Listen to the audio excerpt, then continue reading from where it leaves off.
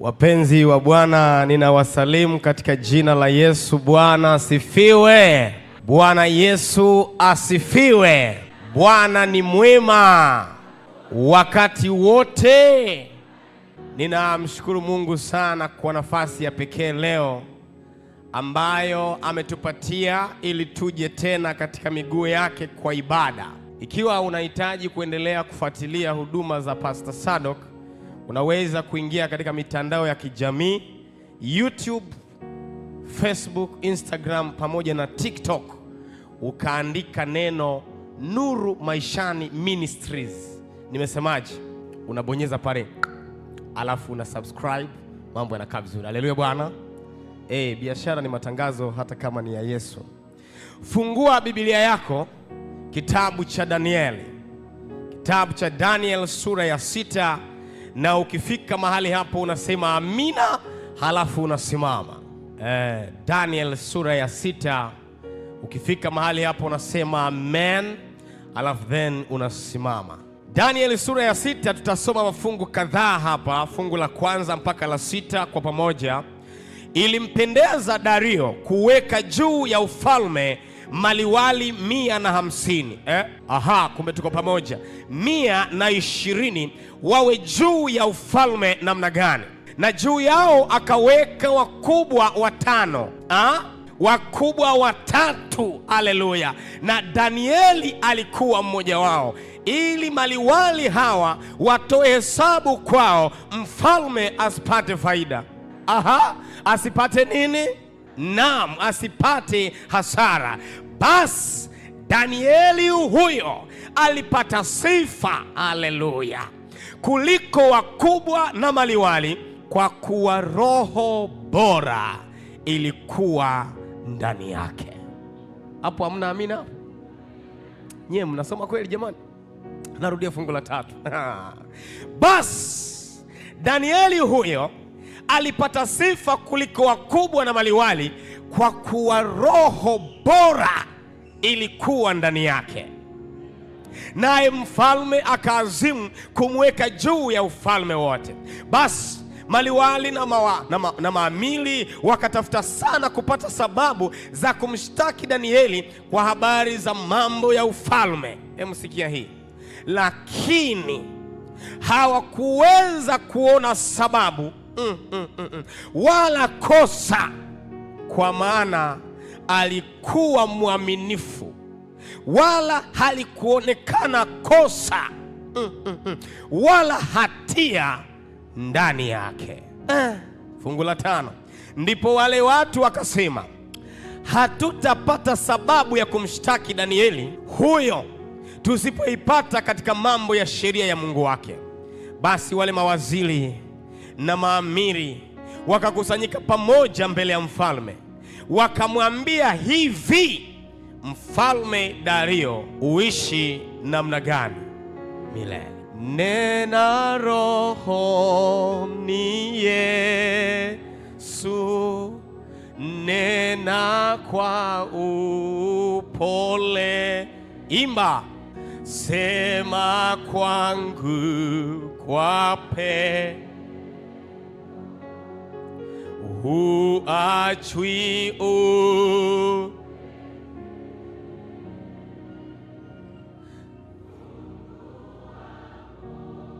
yo wangu, nisikie mara, jaza roho na sifa zako Bwana, kila siku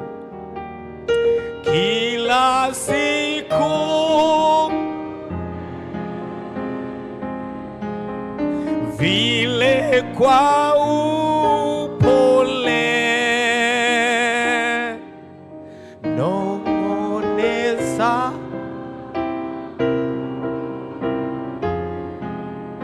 upole wa pendo, daima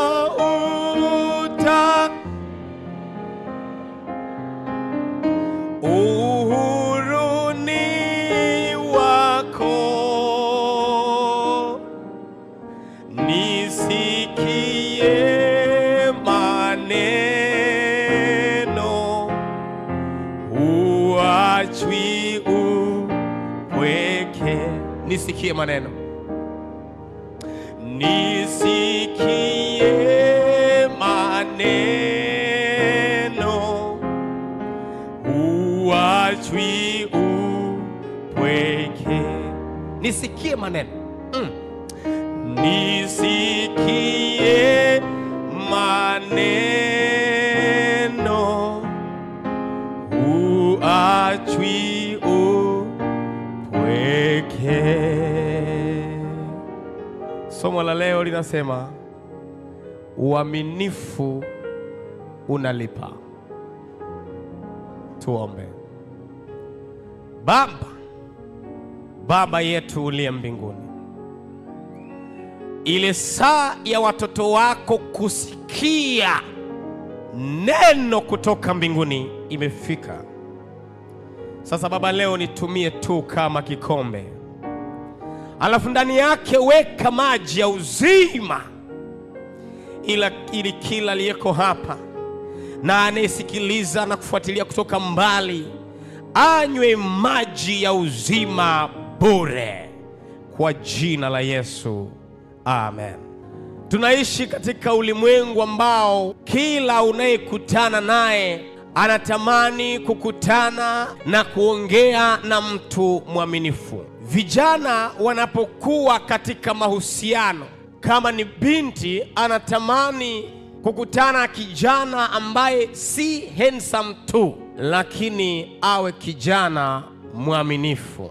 Na kama ni kijana wa kiume anatafuta binti wa kuungana naye katika agano la ndoa, haangalii tu sura, anatamani katika moyo wake, hata kama hajasema, anataka kukutana na binti mwaminifu. Mashirika, taasisi zinapotafuta wafanyakazi haziangalii tu professionals, kwamba una GPA ngapi, lakini wanatamani kukutana na mtu mfanyakazi ambaye atakuwa mtu namna gani? Mwaminifu. Taifa linapokuwa katika uchaguzi wa kutafuta viongozi, hata kama halisemi, lakini mioyoni wanatamani kukutana na kiongozi ambaye atakuwa namna gani? Mwaminifu. Kanisa linapokuwa likiangalia viongozi wa kuliongoza kanisa, mioyoni mwa washiriki hutamani kumwona kiongozi atakayechaguliwa awe ni kiongozi namna gani. Lakini watu hawa waitwao waaminifu wamekuwa wachache sana, na saa nyingine sio rahisi kumtambua kama ndiye yeye. Mwaka 538, wengine wanasema 39, vinchi vidogo viwili, nifuatilie vizuri, kimoja kiliitwa Umedi na kingine kiliitwa Uajemi, vikaungana vikaunda Jamhuri ya Muungano wa Umedi na Uajemi. Vikatengeneza jeshi kubwa lenye nguvu. Jeshi lile likawa na uwezo wa kuhusuru utawala na mji mkubwa wa zamani uitwao Babeli. Chini ya utawala wa mfalme Belishaza, wakateka mji ule, na mahali pale palipokuwa Babeli, Umedi na Uajemi vikatawala. Wanazuoni bado wanagombana kuwa na usawa kwamba je, ni Silas au ni Dario, na wengine wanasema huenda Dario alikuwa tu ni kama governor fulani, lakini wengine wanasema hapana, huenda Silas alitawala kwa muda fulani na Dario akatawala kwa muda fulani, maana walikuwa kitoka kwenye mataifa haya mawili. Haleluya.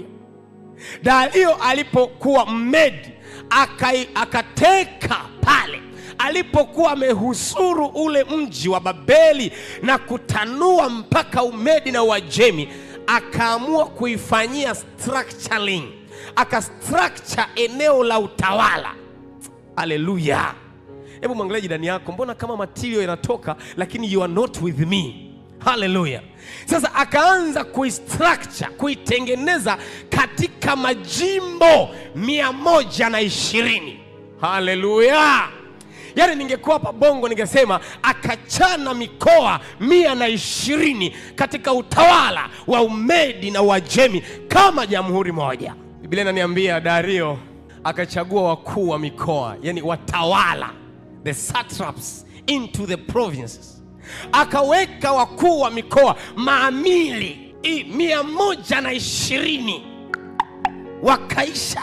Baada ya hapo Biblia inaniambia akachagua sasa wakubwa. The Bible says wakubwa ya Kiswahili, ya Kimombo inasema administrators, na nyingine inasema presidents. Haleluya. Anasema kati ya wale presidents, administrators, wakubwa watatu na Danieli alikuwa miongoni mwao. Sasa usije ukaomba kufanya kazi na mtu mwaminifu wakati wewe sio mtu gani? Utaimba kwaya sauti zote. Danieli naye akawa miongoni mwao. Yaani ukisoma vizuri tu kwa akili tu ya ugali na maharage, unaona kama kuna kakipindi kalipitishwa pale, kama kakuwajaribu kama wanafaa au hawafai. Ndio maana fungu la 3 linasema basi Danieli huyo akapata sifa. Haleluya. Sichezi, nataka uelewe. Haleluya Bwana.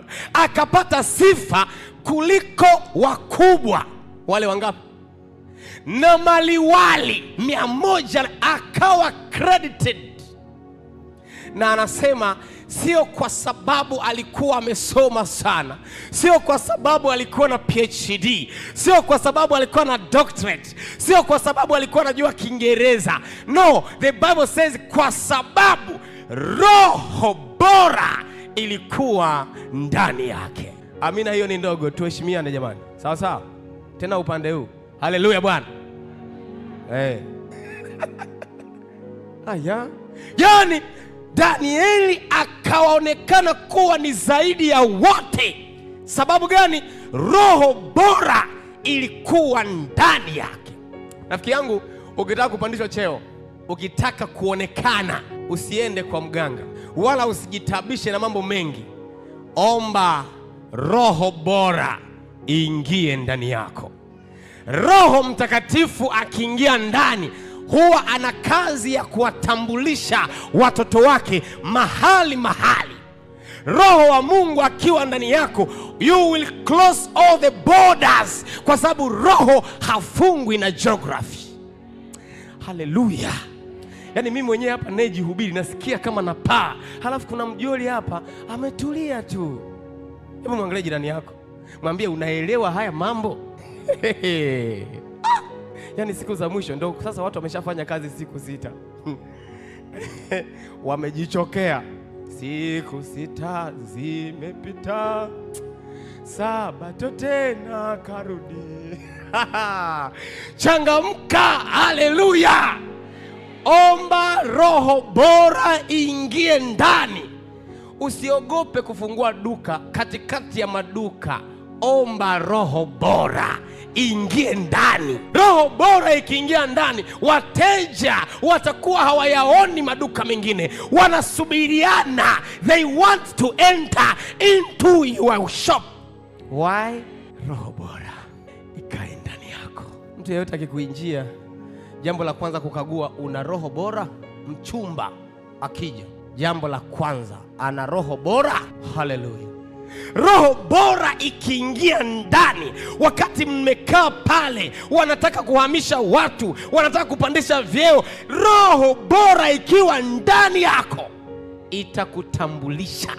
Danieli akatambulishwa kuwa ana roho bora na mfalme. Yaani hapa ndo kwenye kosa. Akaazimu kumfanya kuwa boss wa wote. Yaani hivi, ukienda Umedi na Uajemi, structure ni Dario mfalme, waziri mkuu mwamba huyu hapa Daniel. Baba, ilikuwa ni balaa. Nisikilize nikwambie. Danieli kwa sababu Biblia inasema alikuwa mwaminifu. Ukisoma pale fungu la 4 anasema wakatafuta kwa sababu aliwasumbua. Yani alikaa pale, maana sikiza, Danieli ana muda mrefu ikulu. Toka enzi za Nebukadneza yupo. Anazijua mianya zote za wizi ambazo watu walikuwa wanazifanya. Akabana koni kila mahali. Hakuna aliyekuwa na uwezo wa kutoroka hata na shilingi 100. Watoto wote waliokuwa wanasoma St. So and so kwa pesa za wizi wakarudi St. Kayumba na wakaanza kuzisifia kwamba hizi ni shule za kizalendo. Wale ambao walikuwa wanatembea na magari kila mahali wakaanza kutembea kwa mguu, wakiulizwa wanasema ni saa ya mazoezi. Wale waliokuwa nakula ugali mboga 7, Danieli ameloki. Matembele yakaanza kuuzwa, wakaanza kula matembele na wakiulizwa wanasema haya yanaongeza damu. Hali ikawa ni mbaya Umedi na Wajemi, hali ikawa ni mbaya. Watoto wakaanza kusema, dadi wapi mkate wa brew? Baba toka nenda kwa mama yako. Watoto mlioko hapo, ukiona baba anakuwa mkali hana kitu hana kitu, utasikia toka go to your mom. Unaenda kwa mama anasema toka nenda kajisomee, uelewe hali ni mbaya. Wakina mama nao wakaanza kuwasumbua waume zao, baby hela sasa, jamani, suti ya makambi jamani, sare ya makambi tunafanyaje? Baba anasema kwani ile ulivaga 2024 imeshakuwa mbaya sana, maana si tulikuwa kijichi, kwani huku Mwenge wanaijua iva yetu. Hali ikawa ni mbaya. Kwa nini? Danieli amebana. Watu wanaishi kwa urefu wa kamba, unaishi kulingana na mshahara wako. Heshima ikawa hatari. Lakini ngoja nikwambie, roho bora ikiingia ndani yako unapendwa na Mungu. Lakini wanadamu kwa sababu hawapendi haki, wengi wanakuchukia. Danieli akachukiwa na watoto maana hawaoni mkate, akachukiwa na wanawake maana hawaoni mambo yakitokea. Wanajiuliza, Danieli huyu ni mdudu wa aina gani? Danieli hata akifanya ziara akaenda kwenye jimbo mojawapo, watu wanasema hili hapa limefika. Wachoraji wanamchora Danieli kisogo kikubwa, sura mbaya, wanasema jitu hili. Ngoja nikwambie, ukiwa na roho bora ndani yako, watu wengi watakudharau, wengine watakusema vibaya, wengine wataongea maneno yasiyofaa. As long as you are right with God, songa mbele. Mnaweza mkajikoki mkaimba wimbo vizuri kabisa, haleluya. Unashangaa mmoja anasema nani ameimba kama kuku pale jamani? Hata kama ukisikia unaimba wanasema unaimba kama kuku, hiyo ni chance ambayo Mungu amekupatia. Mkiitwa tena gonga, imba kama jogoo. Haleluya.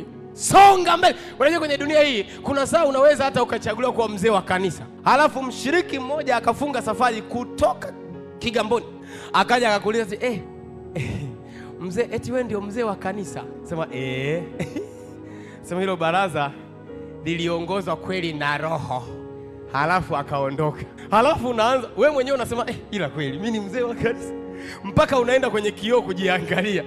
Brother, wewe ni mzee, songa mbele. Wanadamu hawawezi kucompliment positive kwako, songa mbele. Umepata mchumba, yuko wapi? Hebu tumuone jamani, hebu tumuone. Eti ndio huyu. Sasa huyu mwenye ndevu zilizotawanyika kama stiliwaya, mtawezana huyu? Sikiliza, kama umemwelewa, songa mbele. Haleluya. Danieli, watu wanaongea, yeye anaendelea kubana. Watu wanaongea, yeye anabana. Dario akampenda sana Danieli kwa sababu wale wengine zamani walikuwa wanachukua mapato 50% serikali, 50% nyumbani. Wamenenepa ajabu mpaka vidole. Watu wakakonda enzi za Danieli. Nguo zote wakatupa, ni kwenda tu kwa fundi kupunguza. Hali imekuwa ni mbaya. Mwisho akina mama wakawaambia, nikwambie tu kwamba kikao kikakalika, na usiombe kuwepo na kikao kinachohusiana na wanawake na wanaume. Hicho kikao sio kizuri. Ninapiga picha kwamba mama mmoja akasimama akawaambia, hivi nyie wanaume mlioko hapa, na vipara vyote hivi na vitambi vyote, mnawezaje kushindwa na mwanaume mmoja tu aitwaye Danieli? Kama ni hivyo basi mtuache tuolewe wote na Danieli. Jamani, haleluya! Ndipo ninaona kwa sura ya Tanzania, ninamuona mzee Mwita anasema mra, akina mama tokeni bana, tokeni tujadili haya mama. Wakafukuzwa akina mama.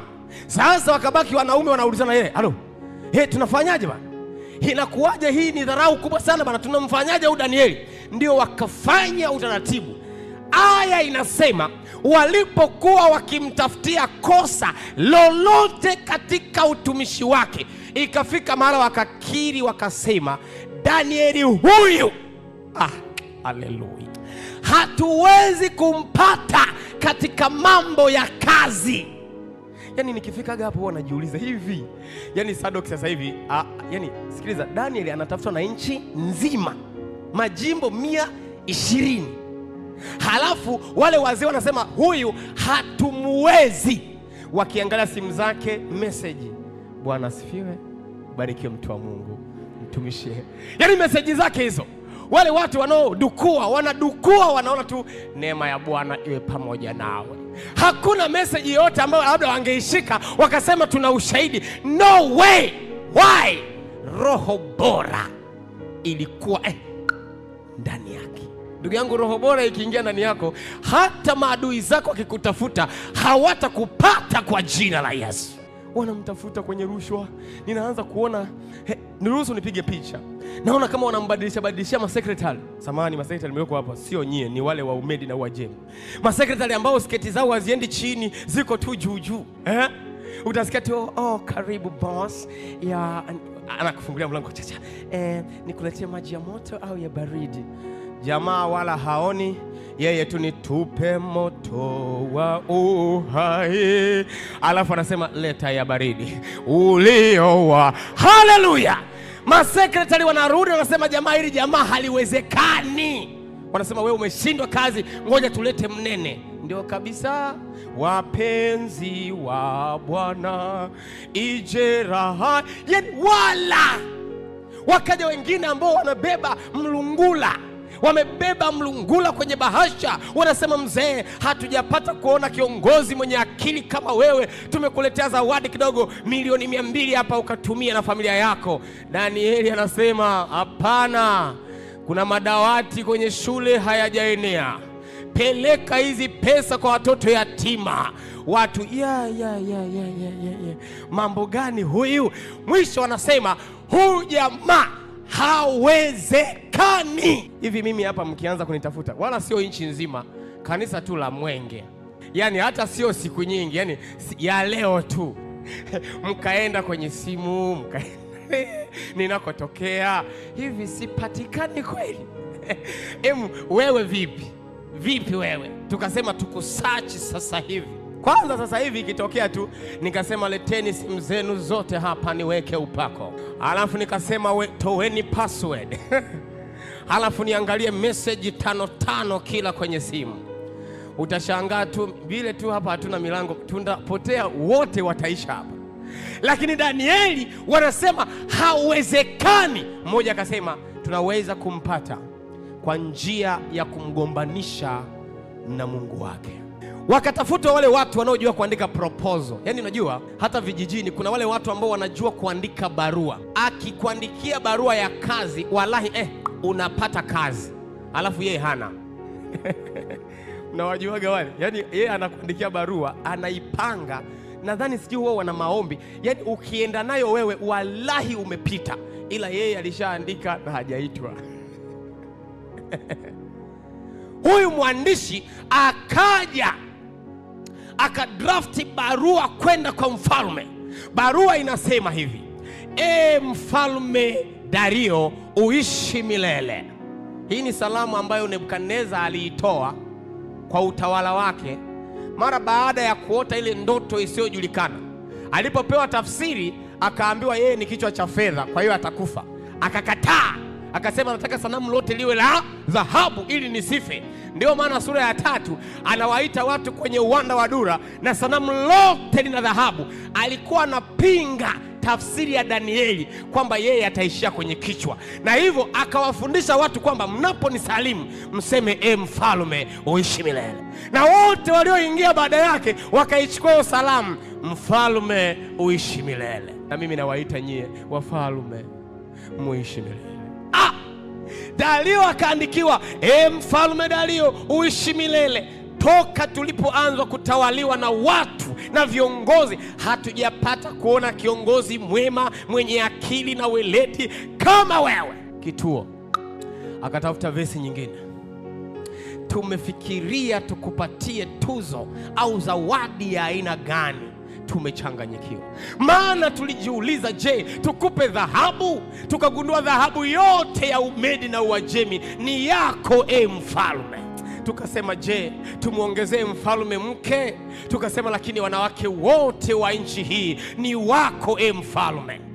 Ndipo tukasema, kwa sababu tuna miungu mingi sana hapa, tuipe likizo miungu yote kwa muda wa siku 30, asiabudiwe mungu yeyote hapa isipokuwa wewe mfalme Dario. Kwa heshima tumekuja kwa unyenyekevu, sisi wateule wako, utusikie. Kituo wako waaminifu. Waziri mkuu ndiye alitakiwa asaini. Nisikilize, wizi wa sahihi haujaanza leo. Mtu mmoja nadhani alitafutwa akae mwezi mzima kuitengeneza sahihi ya Danieli.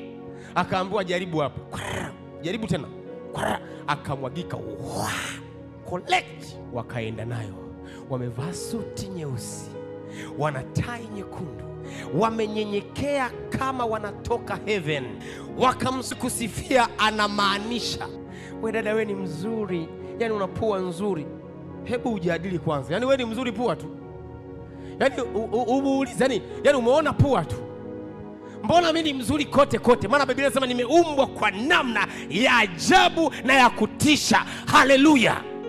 Ukiona mahali popote watu wanaanza kukusifia sana, take caution. Mzee wa kanisa toka umeanza kutuongoza wewe, yani ni jembe. Be careful, itakuwa sio jembe tu, itakuwa sululu.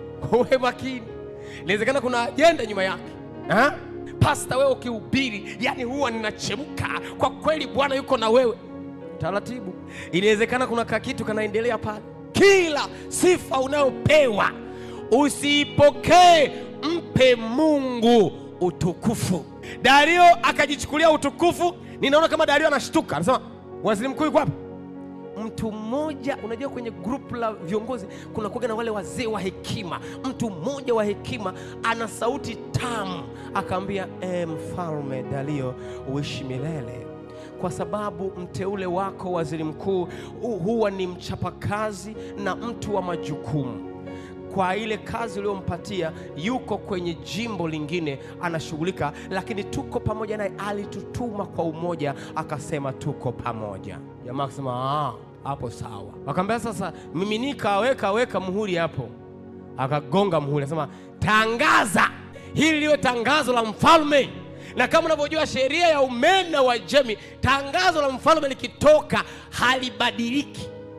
Watu wa vuvuzela wakatoka, bu bu bu. Siku 30 hakuna watu kwenda kusali, ni kuomba kwa Mungu mpya aitwaye Dario mfalme. Hakuna yeyote kwenda kwenye kwaya, hakuna yeyote kwenda siku ya Sabato, hakuna walokole, hakuna Waislamu, wote kwa Mungu Dario. Watu wote tawile, maana mfalme amesema.